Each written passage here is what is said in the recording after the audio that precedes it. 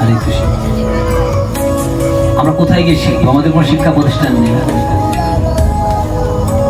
আমরা দেখতে পারি আমাদের পার্শ্ববর্তী একটি ধর্ম হচ্ছে ইসলাম ধর্ম। এখানে অনেক বড় মাদ্রাসা আছে, দেখেছেন না আপনারা? সেখানে কি শিক্ষা দেয়? সেখানে হালিম ফাজিল টাইটেল কুরআন শেষ করে কিভাবে আল্লাহ পাকের সেবা করতে হয় তারা সেটা জানে। আমরা কি করে জানবো? আমরা কি করে ভগবানের সেবা দিব? কোন মন্ত্রে প্রণাম করব, কাকে প্রণাম করব? আমরা নিজেই জানি না, আমাদের পিতামাতাও জানে না, আমাদের আত্মীয় স্বজনও জানে না, আমাদের বন্ধু বান্ধবও জানে না।